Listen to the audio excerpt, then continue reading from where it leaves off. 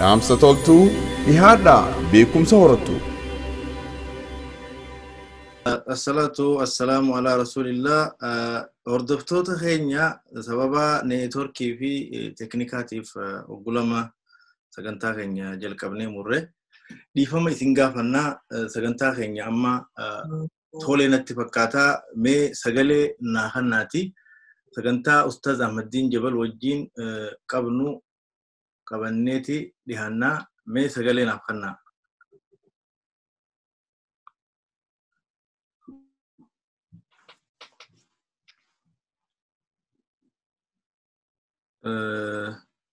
Sagalee ni dhagayamaa miti? Warri Facebook irratti nu hordofaa jirtan sagalee ni dhagayamaa miti?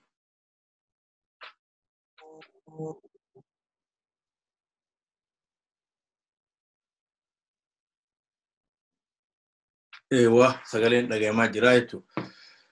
Dhiifama ammallee irra deebinee Ustaaz Ahmedin Jebel wajjin haala yeroo irratti gaafii fi deebisaa godhuuf afeerreenii sababa teknikaatiif oggulama akkana sagantaa keenya karaa murre amma eega dhagahame itti fufnaa. Ustaaz Ahmedin Jebel hundi keessan ni beektanii hoogganaa ummata muslimaa yeroo dheeraadhaaf ta'uudhaan tajaajila kannan itti qabsaa'an itti hidhaman barreessaa seenaatiif akkasumas kitaabota hedduuti. Akkasumallee gartee ammas biyya keessatti jijjiirama dhufe kanaa wajjin wal qabatee majlisaa wajjin waan wal qabatuu fi dhimma nageenya biyya keenya akkaataa waaraa ta'een akka itti fufu hawaasaaf gorsa adda addaatii fi dubbilee adda addaan godhanii. Ustaaz Ahmedin Jebel baga nagayaan dhuftan isiniin jecha dura salaamtaa isin gaafanne kanaaf gartee deebisaa nu kennitaniiti karaa gaafii keenyaa deebina. Waalaikum salaam wa rahmatullahi wa barakatuh. Daawwattoota televezyiinii Risaalaa baga haala kana wal agarree isinis waan affeertaniif galatooma. Gaafiin jalqabaa akkuma reefu isin gaafadhe dhimma jijjiiramni kun jijjiirama ariifachiisaa waan hedduutu tahaa jira. Jijjiirama kana keessatti waan tahe keessaa hedduu nama rifachiisee ajjechaan Hacaaluu Hundeessaadhaa isa tokko guddaa isaatis jechuu dandeenya. Ajjechaa kanarratti immoo ustaazonni akkasuma khaasatan Ustaaz Ahmedin Jebel hin dubbanne ni callisee jedhanii warroota isin komatantu jira. Kanuma isin ibsallee gaa turtanii eega intarneetni baname boodaan kennitan namni hedduun yeroon dabaru wajjin hin agarre. Maal jettan waan san irratti? Bismillahir Rahmanir Rahim. Alhamdulillah wassalatu wassalamu ala rasulillah sallallahu alaihi wasallam. Akkuma beekamu obboleessi keenya artist Hacaaluu Hundeessaa guyyaa gara 50 baatii lamatti dhiyaatuun dura haala nama gaddisiisuun magaalaa Finfinnee keessatti ajjeesamuun isaanii yaadatama. Akka nama tokkootti ajjechaasaa wanna ta'ee galgala eegan rafeen booda gara sa'aatii 9 wayii dhagahee achiin booda wanni kun baay'ee na gaddisiisee na rifachiise. Ajjechaan akka kana political assassinationidha. Kaayyoo siyaasaaf waan dalagamu wayiiti. So wanni kun maal biyya irrattis uummata irrattis maal fiduu danda'a kan jedhu baay'ee kan natti dhagahame maal ta'uu qabaa kan jedhuun yaaliin godheen booda barreeffama gabaabduu tokko eegan barreesseen booda bal'inaan waan dhufuu danda'uuf politikaalii waan argamuu danda'u tokko uummataafis gorsa wayii warra mootummaarra jirus ana barreessuu jalqabee poostuu gochuudha ana dhiyaatee ganama irratti ifaan bade ifaan mitootaa interneetiin cufame ala sanaan egaa toora feesbuukii kootiin communicate godhaa hin turre. Haa ta'u malee guyyaadhuma sanarraa kaasee dubbiin kun akka nama tokkotti baay'ee nama gaddisiisa. Social miidiyaan cufamu waliin namoonni tokko maaf televezyiinii Hamilton itti baateen dubbannee jedhanii kan naa bilbilantu jiranii televezyiiniin Hamiltonis wajjinumaan cufame jechuudha. Interneetiin cufamna. Wanni waraabamee gadhiifamu biyya keessaa toora interneetiin alatti argamee broadcast waan godhamuuf Hamiltonis waa kana dubbachuun waraabbiidhuma kamuu gochuun waan hin danda'amneef televezyiiniin saatalaayitii irra jiraatus sagantaan haaraan hamma dhumaatti waraabamne wanni kun eega ta'eef. Torbii sadiin booda interneetiin banamee namoonni tokko gaaffii na gaafatan isaanirra jiru. Haa ta'u malee guyyaadhuma rakkinni kun argame irraa kaasee waan natti dhagahamuuf waan sirriidha jedhee amane miidiyaalee carraa argadheen interneetii ta'uu baatus kallattii televezyiinii akka OBN warra gaafateef afaan Amaariffaa fi Oromiffaadha. Akkasumas televezyiinii bulchiinsa magaalaa Finfinnee FM adda addaa irrattis bakka carraatti argadhe irratti waan kana irratti dubbataas ture. Waan itti dhagahamu haala sanaan dubbadhee wanni kun dabarfatee ture. Egaa wanni kun ta'een booda namoonni kaan fakkeenyaaf televezyiinii raadiyoo Itoophiyaa Qasiis Balaayii waliin laayivii seennee waan biyya keessa deemaaru waa'ee namoota hidhamuu, waa'ee ajjechaa Hacaaluu, waa'ee rakkina biyyaa, waa'ee jiru bal'inaan kallattiidhaan sagantaa dabarfatee ture. Miidiyaalee adda addaa biyya keessa jiru carraa argannee jiru. Egaa waan akka kanaa irratti haasofnees itti mari'annees jirra. Ala kulli haal intarneetiin banamnaanis dhugumaa akka haraatti deebisanii waan sana intarneetii irratti dubbataa deemuunis basically wanna ta'aa jiru irrattis gammachuu dhabuu irraa kan ka'es sooshaal miidiyaa irratti amma kana eega dhufeen booda akka haraattis jechuunis sirrii natti waan hin fakkaanneef caallisee namoonni tokko tokko kan bilbilanii na gaafataa turanii Ahmedin hidhamee baay'ee abbaa machaa hidhamee akkana godhamanii kan jiru baay'ee kan gaafatamaa ture kana waan ta'eef kana clarify gochuun akkuma jirutti ta'e akka nama tokkotti karaa jiruun balaaleffadheera karaa jiruun waan natti dhagahame dubbadhee jira kan waraabamanis kan already waan namoonni televezyiinii argan kan laalan jechuudha kallattii kanatti kana jira jechuudha. Galatoomi deebisaa nu deebiftanii kanarratti gaafiin itti aanu kan itti isiniif dhiyeessinu ajjechuma Hacaaluu wajjin wal qabata. Ajjecha Hacaaluu boodaan hawaasni ni bahee namoota hooggantoota uummata Oromoodhaa ta'an gurguddaan hidhamanii jiranii akkasuma warri siyaasaa warra naannoo magaalaa Finfinnee kunis hidhamanii jiranii. Haa ta'u immoo Ustaaz Ahmedin Jebel gaazexeessaan matseetii Fitihiidhaa akka gabaasetti manguddummaadhaan Jawaar Mohaammed Faas baasuudhaaf yaalii godhee jechuudhaan gaazexaa isaanii yookaan matseetii isaanii irratti baasee jira. Sanboodaan karaa ilaalchi siyaasaa Itoophiyaa keessaa warra karaa maabara quddisaanitti dhiheenya qaban kun immoo oduu tamasgan baasisan gubbara dhaabbachuudhaan Ustaaz Ahmedin Jebel akkamitti waan kana godhaa jechuudhaan duula kasirra bananii maqaa si balleessan ajjeefamu hanga sadarkaa jedhutti deemes ni jira. Manguddummaa akkamitti Jawaar baasuuf yaalii godha jedhuudha. Wanni kun akkuma tamasgan gabaasee warri garee maabara quddisaanii dhiheenya qabus lola sirratti sooshaal miidiyaa irra baneessanitti manguddummaan kun dhugumaan ture moo maaltu jira naannoo kanarratti isin warra hidhame kana baasuuf yaaliin isin gootan ni jira wanni isin tattaafattan ni jira gama kana. Asirratti rakkinni jiraachuu kanan hubadhe waggaa addaati waggaa addaa.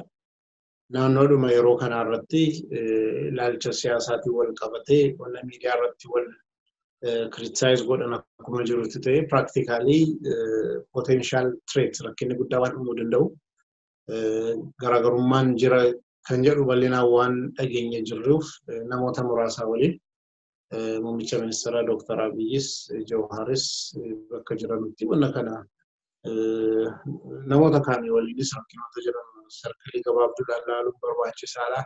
Keeziin kun gara biraa kan deemne mariidhaan yoo hiikame malee balaa biyyatti fidaa kan jedhu akka nama tokkotti fiil godhee lammanuudhaafuu haala kanaan otoo ilaalamee wayyaa kan jedhu dubbataan ture. Muummicha ministeeraa Dr. Abiy baatii muraasaan dura almost koronaan biyya seenuu baatii tokkoon duras qaamaan wal agarree wanna kana hiikuu irratti tufumaan itti deemame malee akkanatti deemuun sirrii natti fakkaatu kan jedhu waan itti dhagahame dubbadheera. Gara kanaan furmaanni jedhamu kan jedhu yaalii godheera. Alaa kulliin garuu matseetii Fitihii irratti kan bahe Dr. Abiy rakkina Ahmedin eegsisuudhaaf jara Jawaariin deemee as jedhanii ari'anidha. Egaa rakkinni kun argame yaani muummicha ministeeraa hin argine bilbilaanis qaamaanis argachuu hin dandeenye. Garuu isaanii gada warri jiran namoota taayitarra jijjiran rakkinni biyyaa haala ammatti isin jirtanus haala amma deemamaa jiru kanaan waan hiikamu nutti hin fakkaatu. Tasgabboofnee yoo laalle malee dubbiin garan taane keessaa kan jedhu akka nama tokkotti gidduu dhaabbadhee waan kana hubachiisuudhaaf yaalii godheera. Rakkinni siyaasaa karaa siyaasaatiin waan hiikamuu qabu qabatamaan waan jiru waan ta'ee jiruuf kanarratti akka hubatanu akka nama tokkotti yaalii godheera. Haa ta'u malee milkaa'ee kanarra gahee jedhee waan himachuu danda'u hin jiru. Plus namoota mana hidhaa jiranus ziyaaruun qabaa jedhees yaalii godheen ture. Gara sanaan amman eenyatti sababa wal'aansaatiin alama jiru kanatti arguu hin dandeenye. Ala kulliin gara kaaniinis akkuma jedhamu ministeeraas arguu hin dandeenye kan ture kana jechuudha.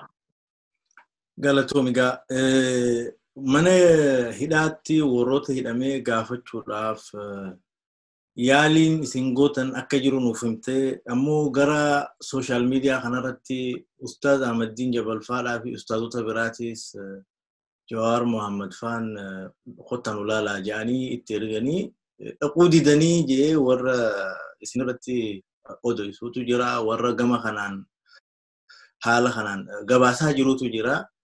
Isin waan kanarratti Jawaar dhugumaan nama isin ergee qottan ulaalaa isin jeemu ifumaaf kaatanii dhaqxanii laaluuf yaalii gootanii isa arkuu dadhabdamoo maaltu jira?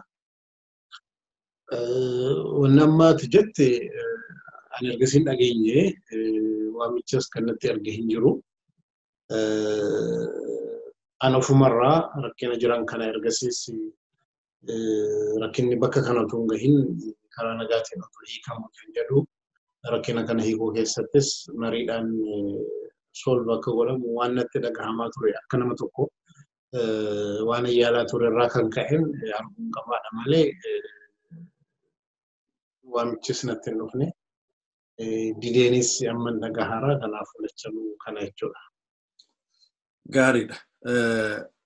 Dhiyoo kanas walgahii tokko irratti hirmaachuudhaan walgahiin keessan sun gama lamaan hubannoon adda addaa fudhatamee gama lamaaninu duulli xiqqaa fi guddaan ka gaggeeffamu agarree jirra. Walgahii dhimma gabaasa na fakkaata karaa walgahii tokko viidiyoo gabaabaa daqiiqa 5 peejii kanarra qabaaftan. Walgahiin suni maali?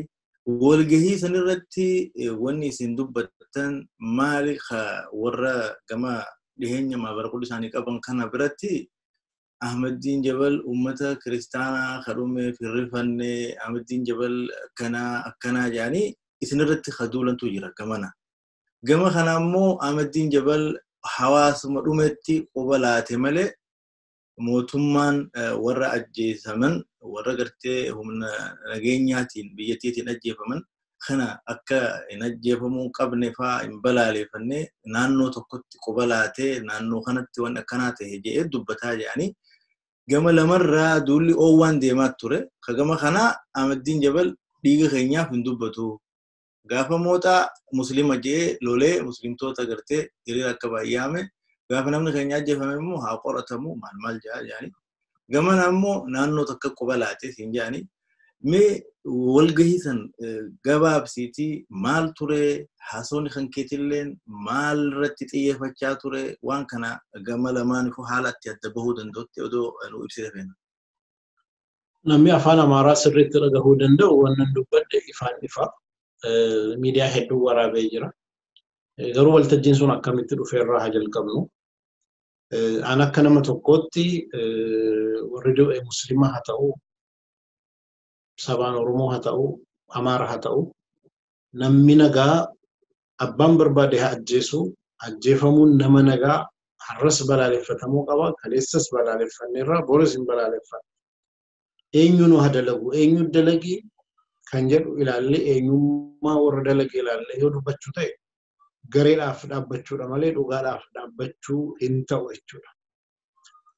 Mootummaan kaleessa wayyaaneen TPLF taayitaarra ta'anii nama yeroo ajjeesan sirrii kan hin turre har'a sirrii ta'uu hin danda'u.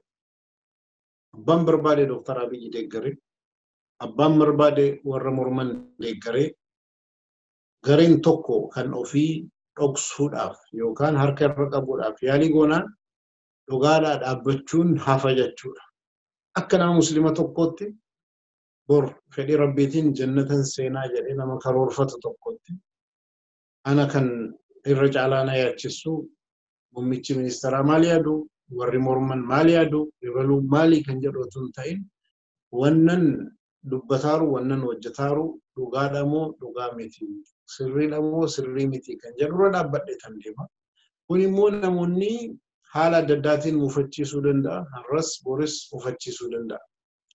Wanni guddaan akka rabbiin mufachiisne maal goonuu kan jedhu natti dhagahama. Maal inni wanni ta'e waltajjii sana irratti waltajjii sana ergasii Oromoof Amaara gidduutti garaagarummaan babal'ataa deemaaru kun hagabaabsinuu kan jedhuun nama 15 saba lamanurraa filamee baatii 8 dura walgahii adda addaa godhamee dubbiin kun jalarra akka hiikamu yaalii hagoonu jennee dubbanne haa ta'u malee namoonni nu argaa turre mootummaa keessa kan turan yeruma keessa waltajjiidhuma godhanii takkatuu keessaa bahu malee gadi bu'anii furmaata waan fidurratti hojjechuudhaaf fedhii waan hin mul'anneef yeroo gabaabaatti cufame nus biraa galle jechuudha. Haala sana keessatti namoonni wal barree jaarsolii jiru. Jaarsoliin sun akka amantaatti amantaa ortodoksii keessatti sinodosiin jaarsolee amantaa ortodoksii jedhee kaa'anii warra beekamanuu jarri kun ajaja sinodosiitiin naannoo Arsii keessa deemanii rakkina dhalate kanarra keessatti viidiyoo waraabanii waan jiru kana kan jedhanu argine jedhanii walgahiin waamane. Walgahiin waamnaan gara keenyaan waan akka kanaa majlisni dhaqee qulqulleeffatee ibsas kennuu qaba dhugaa taates gadi baasuu qaba kan jedhu namoota majlisa keessa jiranutti simaa turre. Haala kanaa waamamnaan waltajjii sanatti wal agarree tokkoffaa waltajjiin kun waraabamuu hin qabu dura maaliif wal geenye maalinni kan jedhu ka'e dhumarratti viidiyoo jarri waraabanii dhufanii nutti mul'isuudhaaf barbaadatti ture. Viidiyoo kana ilaallee wanna isin dhaqxanii ilaaltan nu waan dhaqnee ilaalleef akka nama tokko namoota du'an Oromoo ta'e Amaara ta'e saba kamiin ta'e amantaa kamiin hordofa ilmi namaa abbaan barbaade haa ajjeesu ilmi namaa namoonni qulqulluun ajjeefamuun sirrii miti kan jedhu har'as boris waan itti amana. Lammaffaa qabeenya nama nagaa nama waa tokkoon balleessine tuquun rabbiin birattis bor nama gaafachiisa. Eenyu dalage otoo hin ta'in dalagamuun waan akka kanaa sirrii miti jedheen amanaa. Viidiyoo mul'isaniinaan viidiyoo ilaallee dura gaazexeessonni habahamu. Yakka kana as wal arguu keenyaan duras waan naannoo sanarratti ta'e miidiyaa adda addaatiin argineerra. Jumlaadhaan dogoggora jennee hin balaaleffanna. Haa ta'u malee kaayyoodhaan wanna kana kan dalage gareen tokko warra mootummaa Islaamaa dhaabuu barbaadaa jedhee muslimatti harka qabuudhaa fedhii deemu jira. Gareen tokko saba ebaluutti akkana harka qaba tarkaanfiin fudhatamee gareen tokko yakka ilma namaa balleessuudhaa jedhee waan adda addaa deema. Amma waan ta'e an Shaashamannee dhaqeen argine Arsii dhaqeen argine. Haa ta'u malee maaltu dhalate kan jedhu kana hamma hin danda'uun qorachuudhaaf hamma hin danda'uun hubachuudhaaf yaalii godheera.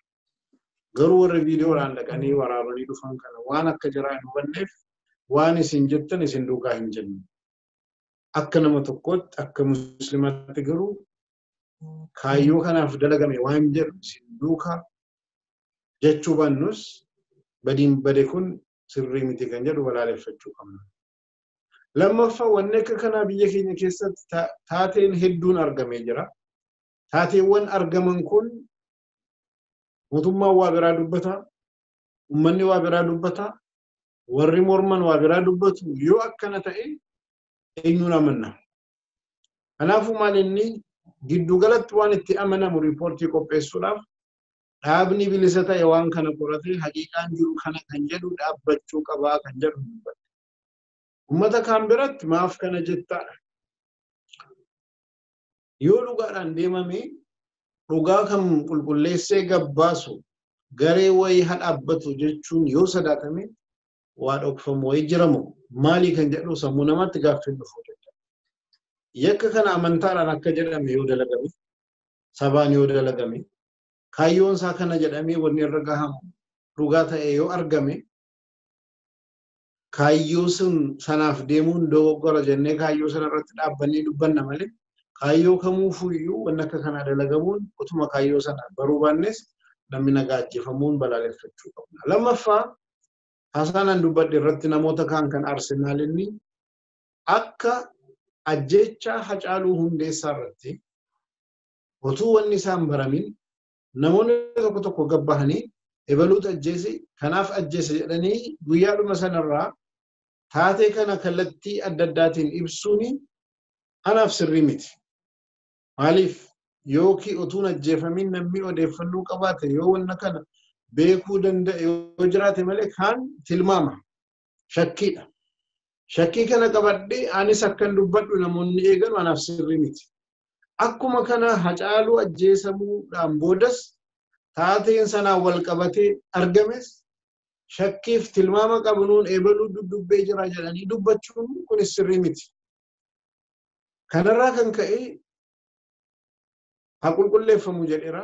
Kana qofatu hin ta'in akka nama nagaa irratti tarkaanfiin fudhatamuun sirrii hin taane namoota yakka keessaas harka hin qabaanne hidhuun namoota yakka keessaa gahee hin qabaannes sababa kanaatiin miidhamuun akka hin dhufne of eeggannoon godhamuu qabaa kan jedhu kanatu kana jechuuni namoonni tokko tokko yoo haariin baasuu barbaada ebaluun bilisa jechuu barbaada jedhanii ergasii waan dhaqaan wajjin qabatanii iyyan.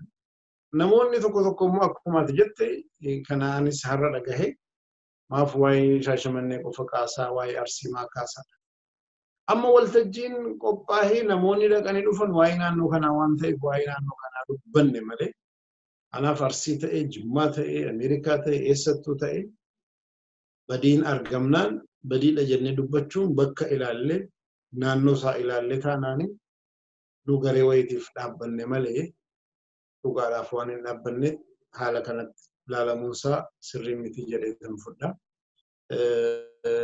Hamma dandeenyeen namoonni tokko tokko immoo wanni nu barbaannu waan nu yaadnuuf waan nu barbaannu dubbadhu jedhanii fedhii qabanurraa bakka guddaa anaa qabanurraas haa ta'u wannan dubbadhe maaf akkanatti hin dubbanne jedhanii kan itti dhagahamennaan waan adda addaa aariidhaan dubbatanis jiraachuu danda'u.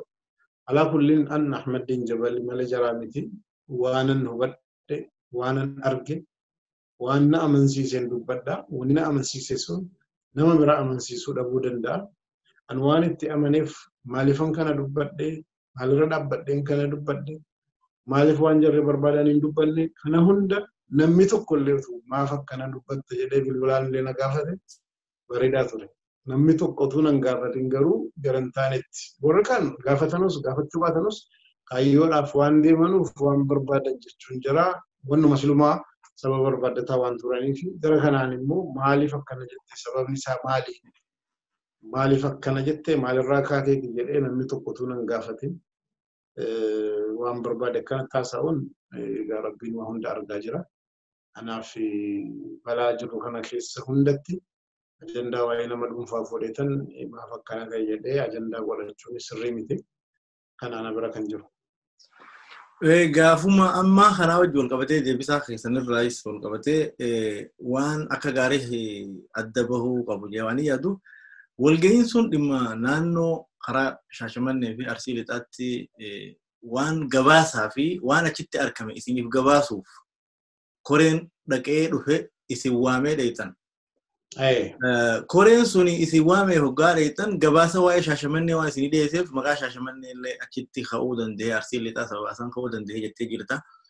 Ammoo warri tokko tokko wanni gartee amma akka komiitti kaasan Okay, gabaasa sani waan isaanii gabaafameef gabaasa sanirra dhaabbatanii qabeenyi nama tokkolleen seera alaan baduun akkasuma lubbuun nama tokkolleen seera alaan baduun abbaa fedhe yoo ta'ellee yakkaa jedhanii jiranii akkasumatti immoo namoota hiriira haa ta'u ajjeechaa hacaaluu gaddanii balaaleffannaa dhageessisuudhaaf bahanis ajjeefamantu jira.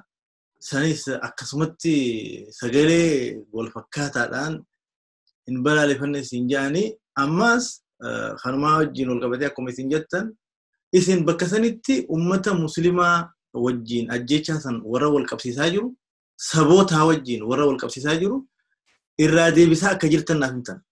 Sanillee akkasumatti waggoota akka irra deebitanii waan kana bakka kana maali ummanni sun achitti haajjeefame abaluu haajjeese abaluu yaada yoo jira jechuudha. Shari'aan biyya bulchuu warra fedhu akkana waan joo jira. Wan san isin deebiftanii jarri kanaadha. Jarri keenya biraammoo namoota ajjeefame kana akka gaariitti hin kaafne akka gaariitti sagalee wal fakkaataan hin balaaleffannee isin jaan. Bakka kanatti maal jettan uummata akkas joosanii? Alaa kullin amma waan waraabameef kallattii itti waraabame waan dubbanne sanatu murteessaadha waltajjii. Dhuguma gaafa waltajjiin sun wanni sun dhalatu waltajjii sana irratti waan dubbadde guyyaadhuma sana miidiyaatti bahee waliigalteen nu irra geenye ture maalii gaafuma waltajjiin sun godhame galgaluma sana wal'aansaaf gara alaa bahuudhaaf karoora qaba ture. Naannoo sana wanna jarri dhaqanii argan jarri waa'ee kan amantaa kiristaanaa waraabanii dhufanii nu bira immoo musliimoonni qabeenyi jalaa bade namoonni ajjeefaman wanni dhagahaa jiru waan jiruuf akka majlisa aanaa adda addaatti kana jira jedhanii dhagahuudhaan alatti qaamaan naqnee waan sana ilaaluudhaaf karoorfanne. Anis ala bahuu kan koo guyyaa muraasaaf tursiise waliin deemuudhaaf qophoofne almost sanbata xinnaaf sanbata guddaa eeguma haasaa sana gooneen booda guyyaa 3-4 booda deemuudhaaf karoorfanneenna deemsi sun hafe. Deemsi sunis kan hafe gara kaanirraa waltajjii kana deemuudhaaf gara mootummaarraa eeyyama gaafatamee jira. Ministeera nageenyaarraa waan adda addaa kan jedhu kallattii jira amantaa kiristaanaa hordofanuun waan dhufee tureef sababa sanaatiif deemnee nus qaamaan arginee waan jiru hubannee haala kanaan itti deemna jedhamee waan qophoofnee jiruuf haala sanatti qaamaan deemnee nus arginee namoota haasofsiisnee waan dubbachuu qabnu haala kanaan dubbanna jennee karoorfannee turre. Waltajjiin sun dabarfateennaan anis sababa wal'aansaatiin ala bahee. So haala kanatti wanni sun ta'e amma immoo kaleessaaf engaddaa social media irratti wannan argaa jiru tokko akkuma qabatamaan argaa jirru anis har'a hooggantoota majlisa Oromiyaa keessaa namoota argadhee jirutti namoonni nagaa masjida irratti imaamiin masjida bakka adda addaa irratti namoonni ajjeefamuusaa kan hubannee kan irra geenye jira jechuudha. Asirratti ifaan ifatti wannan kaa'uu barbaadu biyya keenya keessatti jijjiirama jennee kan dubbataaru akka jijjiiramus kan barbaannu gara dimokiraasii dhugaatti akka deemnuudhaaf namni tokko qabeenya namaa utuu hin balleessin lubbuu namaa utuu hin balleessin karaa nagaatiin mootummaa mormachuus haa ta'u waan amanu dubbachuus haa ta'u ajandaa isaa gadi fuudhee deemuun mirga isaati.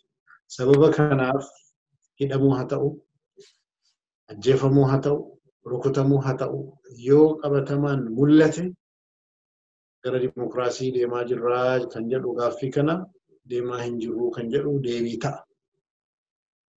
Gara biraatiin immoo kaleessa yeroo huwaat namoonni nagaa hiriira bahanii ajjeefamu qabsoo ture keessatti raayyaan ittisa biyyaas ajjeesuun namoonni miidhaman haala sanaan ta'uun kaleessa sirrii hin turre. Har'as raayyaan ittisa biyyaa namoota haala kanaan ajjeesuunsaa sirrii miti qoratamuus qaba ifaan ifatti balaaleffatamuus qaba. Namoonni kana dalaganis hidhamuu qabu. Yoo kanaaf itti gaafatamummaan fudhatamee masjida sababa maaliitiif seenanii imaama ajjeesan haadha manaa imaama mucaa xiqqoo ajjeesuu waliin wal qabatee maal inni sababni isaa namoota kaanis harka nagaa namoota meeshaan qaban namoota karaa nagaatiin mormii kadhan ajjeesuun nagaa eegsisuudhaaf furmaataa miti. Dhiiga dhangalaasuun jalqabamnaan an namoota tokko tokkottis mootummaatti warra dhiyaatanuttis akkan himetti kallattii kanaan yeroo muraasaaf waa to'achuun hin danda'ama ta'a malee gara dimokiraasii deemnaa jijjiiramaa dhugaatti deemnaa kan jedhamu sana hin gufachiisa malee furmaata waan hin taaneef dhaabbadhaa ilaalaa kan jedhu gorseera. Gara biraatiinis qabsoo godhamuun waan amanurratti namni gochuun isaa sirriidha.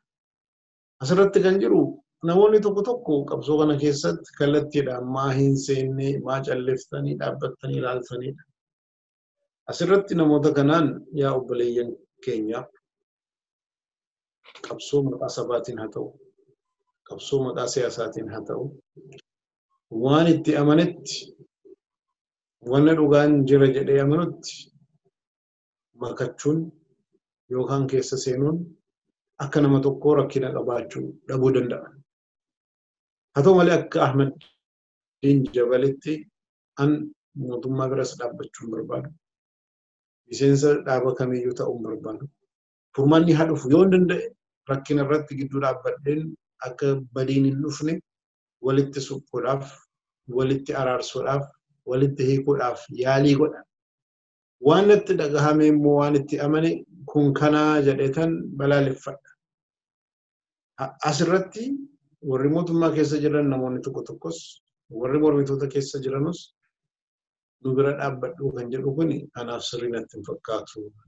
An dandeenyaan dhugaa bira dhaabbachuu amma rabbi na gargaaretti waan itti amanetti akka nama daa'ii tokkotti akka nama waan itti amane hojjetu tokkotti waan hunda keessas nama utaalee seenus miti.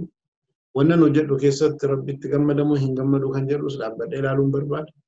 Waan itti amanuttis qulqulleeffadhee dhugaadha jedhee waan itti amanuttis gorsuurraa kaasee balaaleffachuurraa kaasee waan danda'utti deemuun waan jiruufi akka Ahmedin Jebelitti ana fudhaan jedha. Gara biraatiin karaa namatti deemamaa kun mootummaadhaafis hin fayyadu, warra mormanuufis hin fayyadu, biyya keenyaafis hin fayyadu. Kanarraa kan ka'e akkamitti kana keessaa baanaa kan jedhu yoo hin danda'e kan yaaduu qabus kan hojjedhu qabus kana mootummaan Itoophiyaa kan harkatti bulchiinsa biyyaa harkaa qaban Dr. Abiy Ahmed waan deemaaru kana qulqulleessanii namoota nagaa irratti warra rasaasa banan sababni isaa maaluu haa ta'u yoo dhugaadhaaf dhaabbannee wanna kana dhaabsisuu hin dandeenye kaleessa bulchiinsi magaalaa adda addaa yakka kana keessatti jeequmsa dhaabsisuu irratti gahee jararraa eegamu waan hin gooneef hidhaman akka jedhametti namoota raayyaa ittisa biyya keessaa nama nagaa fixan yoo hiisisuu irratti biran dhaabbanne yoo hiisisuu irratti jabaatanii waan kana furmaata fiduutti hin deemne yoo dhugaadhaaf dhaabbachuun hin argamne furmaanni hin dhufa jedhee hin yaadu. Akka biyya keenyaatti rabbiin biyya keenya gara khayriitti nu fageessu. Ummata keenyas balaa dhufee jiru balaa sichi dhufurraayis habaraaru. Amiin. Rabbiin furmaata waan jedhutti akka nu geessuun hamma danda'een rabbiin kadhaa hamma danda'een tattaaffadha jechuudha. Amiin, amiin, amiin. Dhugaadhaa akkuma isin jettanitti rakkoon biyya keenyaa sun walxaxaadhaa. Gama dhimma musliimotaa kanatti hoggaa deebinee musliimoota irratti jecha Hacaaluu boodaan rakkoolee Oromiyaa keessatti argamteen walqabatee musliimoota irratti amantii Islaamaa irratti musliima Itoophiyaa irratti duula hagana hin jaamneetu gaggeeffamaa jira. Miidiyaa akkasumatti mootummaa wajjinis dhiheenya walii qaban keessattis wanni kun argamaa jira jechuudha.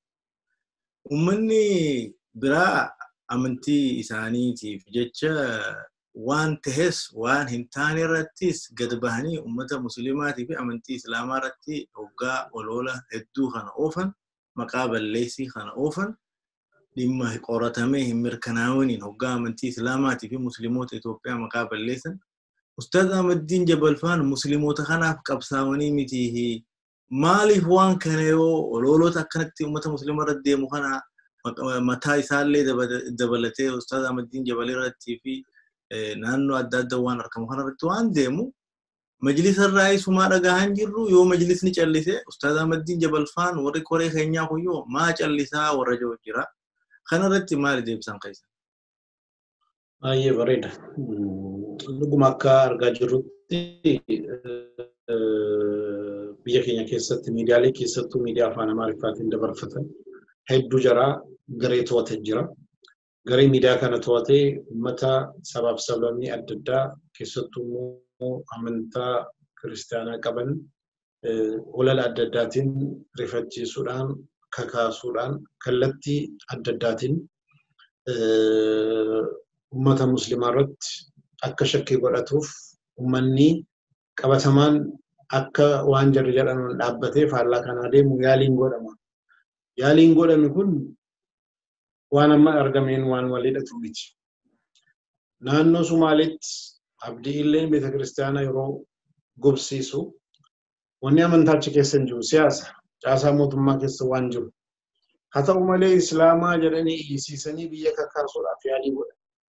Musliimoota aduwwii godhanii fundura fidanii musliimoota irratti nama kakaasanii ilaata fundura itti mul'isanii namoota ofii sababa kanaan dammaqsanii ijaaranii gara fundura itti deemuudhaaf fedhii jirurraa kan ka'e sababa kamii qaawwa kamuu kanaan fayyadamuudhaaf social media YouTube kan Facebook even kan televizyinii adda addaa kan ganda tokkoof kan amantaa tokko kaayyoodhaan hojjetaa akka jiran beekama. Asirratti akka musliimaattis akka nama Oromoo tokkottis kallattii lammanuunuu hanqinni argamu jira. Miidiyaalee kana fuulduree dhaabbachuu irratti miidiyaan jabaan afaan jarri shubhaa uumanuun itti deebisaniif afoo dhaabbatanii dhara jarri dubbatan harkatti balleessuudhaaf hanqinni inuma jira. Garuu hunda waan argamu irratti Ahmedin Jebel maa callisee yookaan korii maa callisee jechuun rakkisa. Fakkeenyaaf ana amma yeroo nagaafattu kanaan biyya alaan jira sababa wal'aansaatiif. Waan biyya keessa deemaa jiru akkuma nama kaanii sooshaal miidiyaa irratti arguudhaan ala maalii jedhee qulqulleessuu irratti waa tokko tokko irratti gaabbiin argamuu danda'a. Majlisni kan filatameef kan qabsaawameef waan akkanaa irratti abbaa ta'ee uummata akka deemuudha malee majlisni akkuma jiru yeroo hundumaa Ahmedin maa akkana jedhachuun rakkisa. Kanaafu majlisni waan Oromiyaa keessatti ta'e majlisni Oromiyaa maa callisee majlisni federaalaa maa callisee maaf akkana jedhanii balaaleffatamuu haa ta'u gaafatamuu haa ta'u wanni godhamuu qabu jaratti dhufuu qaba malee kallattiidhaan yeroo hundumaa akka gara keenya dhufus eeguun sirrii natti hin fakkaatu. Akka nama tokkoof akka du'aata tokkootti akka nama miseensa koree keessa tureef jirutti wanna nurraa eegamu godhamuun hamma dandeenyuun sirriidha. Gara fuulduraattis haala kanaan callisanii ilaaluun balaa ittuu babal'isaa deemaa namoota dogoggorsanii nama jarri siyaasaan injifataman siyaasaan nama caalee humnaan nama caalee uummata dammaqsanii kakaasanii amantaadhaan nama amantaa ofiitii hojjetu uummata kaan dogoggorsiisanii akkana godhamu akkasa godhamu kan jedhuun ajandaa godhachuudhaaf hojii jarri deeman yoo fuulduree dhaabbachuudhaaf hin deemamne har'a Ahmedin ta'uu danda'a bor nama biraati kaleessa nama biraati itti fufa jechuudha. Haala kanarrattis jajjabaachuun akkuma jedhame sirriidha. Hunda keenyatu deemuu qabna. Keessattuu immoo namoota hedduu irratti kan argu gaaffii yookaan shubhaa afaan Amaariffaadhaan ka'ee afaan Amaariffaatiin yeroo nan deebisu namoonni dinqisiifadhu tokko tokko maaf afaan Amaariffaatiin dubbattee jedhee warra iyyuu jira. Kunoo amma afaan Oromootiin nan dubbataadha. Sila miidiyaa dijitaal hambaadhaan Amaariffaadhaan dubbadheera. Afaan anaaf meeshaadha. Afaan meeshaadha. Namoota kaan amansiisuudhaaf Rasuul Rabbi sallallahu alaihi wasallam Zayd ibn Saabitiin waamanii afaan Yahudaa baradhuu jedhani. Maaliif afaan nama tokko saba tokko baruuni sharrii gara sanarraa dhufuun of eeguudhaaf fayyada. Gara sana waan dhufu difaa ofirraa ittisuudhaaf fayyada. waan jiru hubachuudhaaf fayyada. Waa hedduu faayidaa of keessaa qaba. Kanarraa kan ka'e gara tokkoon afaan wallaaluudhaan nama biraatii dirree qabsoo siyaasaa haa ta'u kan amantaa haa ta'u nama biraatii kennine yoo hammam afaan Oromoo qofaan dubbataa teenyu afaan Oromoo kan dhaga'u Oromoo qofa. Afaan Amaariffaa garuu afaan biyyaa ta'u waliin sabaaf sablammoonni adda addaa amantaa adda addaa qaba waan deemaniif dirree sana guutuu nama biraatii kennanii akka jarri akka barbaadan dogoggorsan akka jarri gara barbaadan geessan carraaban waan ta'uuf namoonni itti dhagahamu tokko tokko akka diinittis dogoggora akka siyaasaattis dogoggora siyaasa jechuun injifachuudhaaf hamma dandeesseen xalaata ofirraa hirriste namoota si bira dhaabbatan baay'isa ajandaan kee ajandaa jara akka ta'u gaaffiin kee gaaffii jara akka ta'u karaa danda'an hundaan akka si bira dhaabbatanii si gargaaran gochuudhaaf situtti deemuu qaba situ ajandaa keetti gurgurachuu qaba situ hubachiisuu qaba situ hojjechuu qaba dandeenyaan afaan sabaaf sablammoota hunda deemanii amansiifatanii as fidanii kallattii jiruun hojjechuun nurraa eegamaa kan jedhu dabarsa. Ustaz Ahmedin Jebel sagantaa hin gama fituu dhiyaannee jirra gaafii takka lamaan nuuf hafe ammas dhiyoo kana muudama haarawaa Prime Ministerri muummichi ministeeraa godheetu jira. Muudamni suni abbaa alangaatis ni dabalataa. Abbaan alangaa haarawni itti aanaa tahee muudame kuni namootuma gaafa duraa yeroo isin hidhamtan sanillee isinirratti himata gartee ol'aanaa ajjechaa fa'aa akka ajjeefamtan isinirratti banaa ture. Uummanni akkanaa kun hoggaa abbootii alangaa biyyattii ta'anii muudaman ati nama hidhaallee arkee sirni haqaa dabuun hagam takka akka nama miidhu nama ifirratti arkee oduudhaan kitaabarraa oduun ta'e. Sirni haqaa biyyattii haala amma jiru kanaan duuba hoggaa muudaman uummanni akkanaa kun hoggaa muudaman sin sodaachisu hara durii sanirra yookaan hara durii sanitti ka fakkaatu yookaan sanirra ka hammaatutti deemaa jira sitti hin fakkaatu. Asirratti sooshaal miidiyaa irrattis ajandaan kun ka'ee argaan jira. Amaariffaadhaan intarviyu godhame irrattis kaasee jira.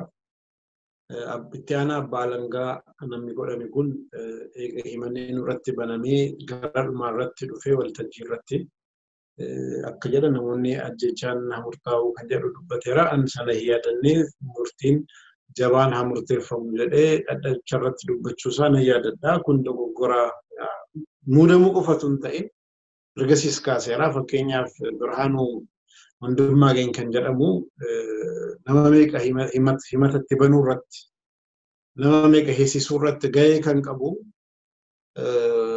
baatiidhuma muraasaan dura baatii 7 yookaan 8 dura Facebook irrattis barreessee kaampeenii tokko sitti kakaaseen ture. Nama himata keenya irratti maqaadhaan mallatteessee mana murtii keessattis dhufee dharaan ragaa nama leenjisaa tureeti.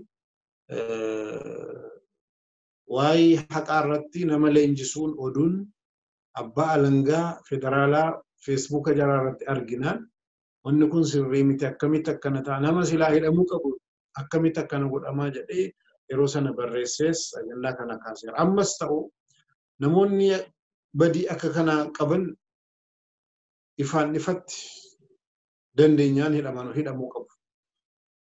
Yoommoo kun sababa hedduudhaaf meeqa hiinee dandeenyaallee jedhame hojiirraa ari'amuu qabu. Malee gudamuun dabaluuf jechuun sodaa namatti fida. Garuma saleessaa sana deemaarra malee gara rule of law otoo hin ta'in rule by law sanatti deebi'aa jirramuu kan jedhu namatti sodaa fida. Kanaafuu akkan miidiyaa kaan irrattis dubbadhe waan akka kanaa namoota muudaman irrattis haa ta'u namoota hojiirra jiranis haa ta'u kaleessa qabatamaan badii keessa warra turan har'as warra badii dalagan asii jara kanaan hidhaa gara kaaniin immoo callisanii ilaaluunis sirrii miti. Jara qofas miti. Abbootiin seeraa hedduun kaleessa waan meeqa hojjetaa jiranus hammamtu achi keessaa qulqullaa'an kan jedhus gaaffiidha. Kanaafuu mana haqaa wal qabatee wanni qulqullaa'uu qabu wanni hojjetamuu qabu ajandaa ta'ee gadi bahee dhiibbaan godhamee hubatanii yoollee hubannoo dhabuudhaan ta'ellee hubachiisuudhaan akka wanni kun sirraa'uun waamicha godha. Ammas gama xumuraa dhiyaannee jechaatuma gaaffiitti dabalaa jira. Ustaad Ahmedin Jebel dhimma Oromoo kanarratti Oromoodhaaf dubbatu ni laaffisaa yookaan ni callisaa uummanni Oromoodhaa saammaa kanatti gaaffiidha qaba namoota irraa hidhaman fa'aa baafachuufis qabsoo godhaa jira hiriiras bahaa jira waan adda addaatu jira ammoo Ustaad Ahmedin Jebel qabsoo Oromootii fi yookaan dhimma Oromoo kanarratti ejjannaa isaan beeknu faajee warra isinis homatu jira waan adda addaa gama kanaan social media irratti warra oofu jira mee asirratti deebisaan isin qabdan maali? Bareeda. Ani amma haddaatti barataa yeroon ture irraa kaasee sochii Oromoo dhaaba kamuu keessa OPDO haa ta'u, ABO haa ta'u, garee kamuu miseensa hin taane, garee kamuus deeggaraan turre. Garuu gaaffiin Oromoo immoo kallattii kanaan hiikamuu qaba jedhee wanna natti dhagahamus qaba akka nama tokkootti jechuudha.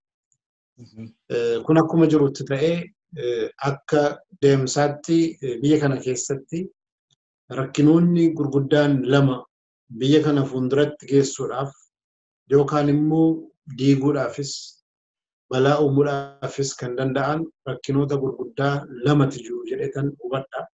Ergasiis waltajjii adda addaatti dubbadheeraa gaaffii uummanni Oromoo Itoophiyaa kana keessatti qabu hiikuu fi akka muslimaatti musliimoonni biyya kana keessatti mirga qabanuuf gaaffii qaban irratti kallattiin sirrii yoo hin qabatamne rakkina uuma jedhetan amana. Kana jechuun maal inni kaleessa mootummaa ture irraa kan ka'e gareen wayii, gareen amantaa wayii, gareen sabaa wayii ol aantummaa caasaa mootummaa irraa kaasee taayitaa irraa kaasee kallattii hedduudhaan harka ofiitti waa hedduu gareen galfatee asiin gahe wanni kun akka hin jijjiiramne barbaada.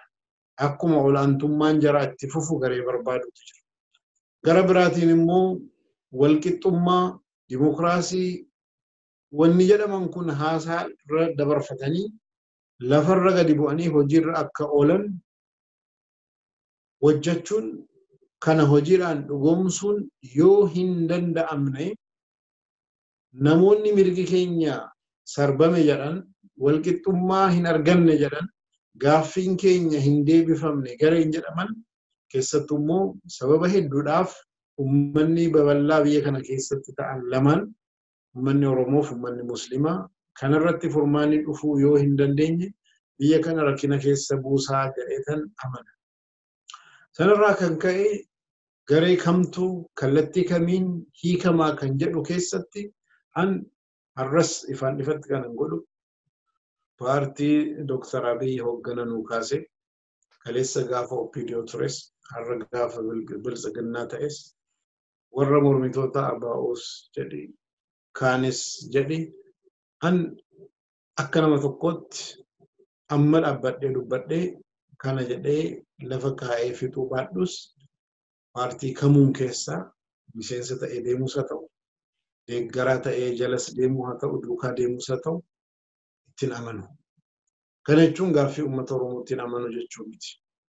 Kana jechuun akka nama muslima tokkotti wannan itti hirmaadhuuf wannan godhu keessatti kamtu na baasaa kamtu furmaata qabaa kamtu deemsa an deemu wajjiniin faallaa hin deemu akka diinitti jedhe yaadaan deema malee akka nama kaanii dhibbaan dhibbatti nama siyaasaa miti.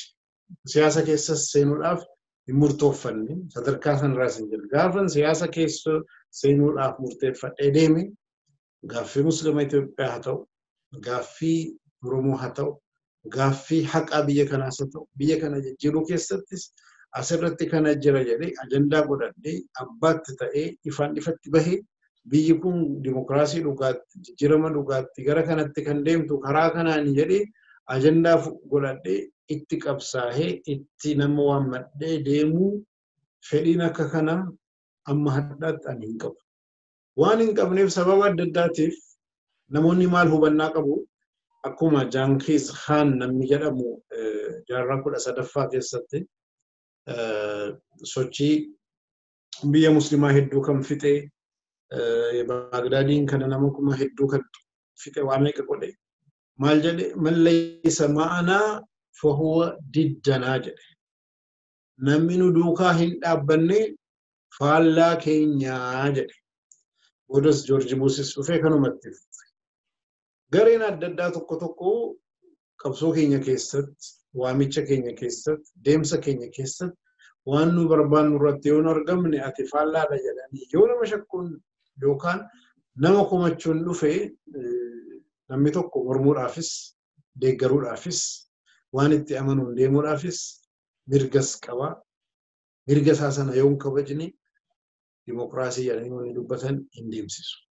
akkana jechuun kun immoo gaafa dhugaan badu gaafa namni miidhamu gaafa akka nama tokkotti kan Oromoo ta'uu baadhees akka nama tokkotti badiin yeroo badu alan argu miseensa waan hin taaneef siyaasa keessa waan hin jirreef callifamee ilaalamaa jedheetan yoo callisee ilaale rabbiin biratti sanan gaafatama maaliif rasuula rabbii sallallahu alaihi wasallam maal jedhani isarratti man ra'a minkum munkaran falyughayyirhu biyadihi namni munkara tokko badii tokko arge harka isaatiin hajijjiiruu jedhan فإن لم يستطع يو هركان جيجيرو هندنيني قلبي ساتين هجب أفانين هجيجيرو جدا أفانين دبتي جيجيرو سيون دنديني قلبي ساتين هجب بدف مرتبان صدركا سدن كان كيسة تجرى يو بجت نمي تقو قلبي ساتين بدين ديمو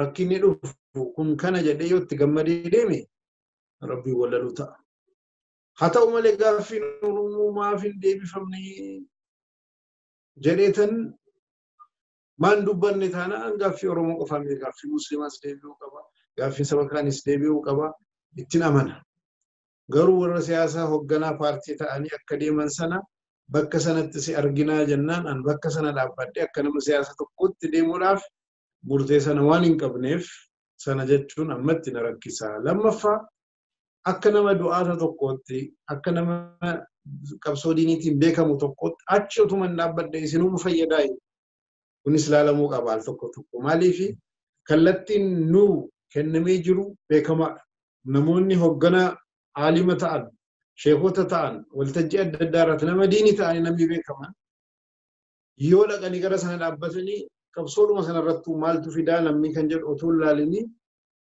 maaf akkanan taane jechuudha jaalarraa inaa gala fedhii qabanurraa inaa gala haa ta'u immoo akka nama tokkotti an gaaffii muslima qofaa gaaffii Oromoo qofaa miti dandeenyaan addunyaa guutuudhaayyuu dhaabbachuu qaba an rabbiin biratti dhaaba kana maa deeggarte maa sana deeggaruu baattee miti yoo dogoggora qabaate dhaabni kamuu yoommoo badii qabaate abbaa barbaade mantiin ana Dr. Abiy muummicha ministeera Itoophiyaa ta'anii ta'uu baatan jannatan hin galchan warri morbitootaa natti mufatanii dhiisanii jannatan hin galchan hamma hin danda'utti haqarra dhaabbachuudhaaf yaalii nan godha hamma hin danda'utti kanuma waliin garuu dadhabinsa hin qabu hanqina hin qabu jechuu miti kanatti na hubadha galatoomi gaa ustaaza keenya gaafii hedduu isiniif dhiyeessine gaafii dhumaa kan hin godhu ustaaz Ahmedin Jebel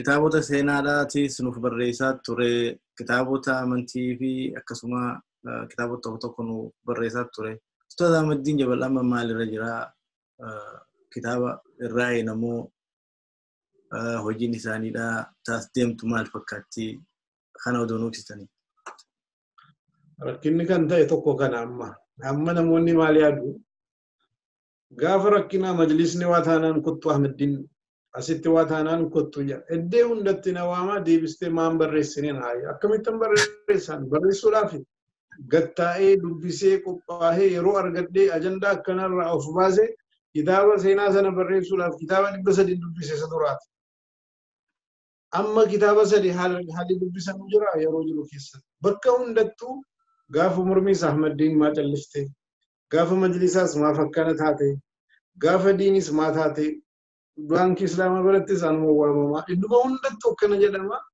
deebisanii maa kitaaban barreessinee rakkisaadha dubbiin jechuudha. Kanaafuu hamman danda'utti an gumaachuu waan an danda'u irratti kaayyoon an jireenya koo keessatti qabu waliin filataatan deemu barbaada malee waan jiru hundatti seennaan hundumarraayyuu alan ta'a malee hunduma akkan yaadutti hojjechuu waan an hin dandeenyeef amma hadhaatti sababa adda addaatiif bakka hedduutti faffaca'eera. Hamman danda'utti garuu yeroo koo qabadhee waan jiru qabadhee gara sanatti deebi'uun barbaada. Ammatti haqiiqaadhaan yeroo yoo margadhee waa'ee kitaabaa na gaafattu kanuma gaaffiin qabu. Deebiin qabu kanuma. Okay, Ustaz Ahmedin Jebel galatoomii isin gaaffiin ani gaafattinii fi adrees ta'uu qabaa uummanni beekuu qabaa waan jettan yoo qabaattan itti dabalaadhaan isiniin jaa carraa isiniif hin kenna waan dhaamsa dhumaa jettan. Ala kullin dadhabbiinis jirti. Sababa adda addaatiif ala kulli haal waan naaf firtaniif galatooma. Rabbiin biyya keenya biyya nagaa nuuf haa godhu. Biyya keenya fedhii uummataa hojiirra oolchee nageenyi isaa kallattii hundaanuu waan uummanni barbaadu nuuf haa fidu. Namoota harka jaraarratti carraan biyya hoogganuu biyya bulchuu harka seenee kan akka Dr. Abiyyiif namoonni isaan fakkaatan Rabbiin waan jiru kana sisirreesse biyyi keenya dirree jeequmsaa keessaa baatee dirree wal hubatanii waliin deeman dirree ajandaan uummata keenya akkamitti deebi'aa gara jedhutti geessuu keessatti Rabbiin haa gargaaru. Haala ergasii qabsoo jalqabamee waggaa meeqatti deemame itti deebinee bakka du'aatii namaa hidhaa namaa jeequmsa arguun akka nama tokkotti namatti dhagahama. Namoonni itti dhagahame bakka hundaanuu miira keessa seenanis haalan arguu irra guddaan dhugaadhuma qabu. Haa ta'u immoo danda'anis Rabbii sirreessaanis Rabbiin hunduma keenya iyyuu nuuf haa sirreessu. Waan biyya keenyaaf tolu Rabbiin nuuf haa fidu. Waan ummata keenyaaf waan ummata bal'aa Itoophiyaadhaafis tolu Rabbiin nuuf haa godhu jedha waan dhaggeeffattaniif galatoomaa. Assalaamu alaykum warahmatullahi. Waalaikum salaam isinin jenna dhaggeeffattoota keenya gaa sagantaa teenya ta Ustaaz Ahmedin Jebel wajjin goone kana fakkaata. Wanni sagantaa kanarraa galluun Ustaaz Ahmedin Jebel miseensa paartii tokkolleedhaa miti. Ustaaz Ahmedin Jebel hoogganaa amantii fi barsiisaa amantii waan ta'eef bakka siyaasaatti akka warra siyaasaatti ni hirmaatu. Ammallee siyaasaan moohataa ta'e jechuun siyaasaa fira hedduummeeffatuuti waan nun jiru kanaan adda gallaa sagantaa teenya waan hordoftaniif galatoomaa isiniin jenna. Ustaaza keenyallee hedduu galatoomii fayyaa teetis Rabbi siif guutuutti haa deebisu. Fayyaadhaaf biyya baatee yaalaaf biyya biraa jirta. Rabbiin fayyaa guutuu siif haa deebisu. Haakama deddeebuu irraa agartee nagayaan mana kan kee keessa teessee hojii hojjettu Rabbiin siif haa laaffisu jenna. Ummanni keenya gaa sagantaa teenya hordofaa jirtan hundi keessanuu galatoomaadha. Assalaamu alaykum wa rahmatullahi wa barakatuhu. Waalaikum salaam.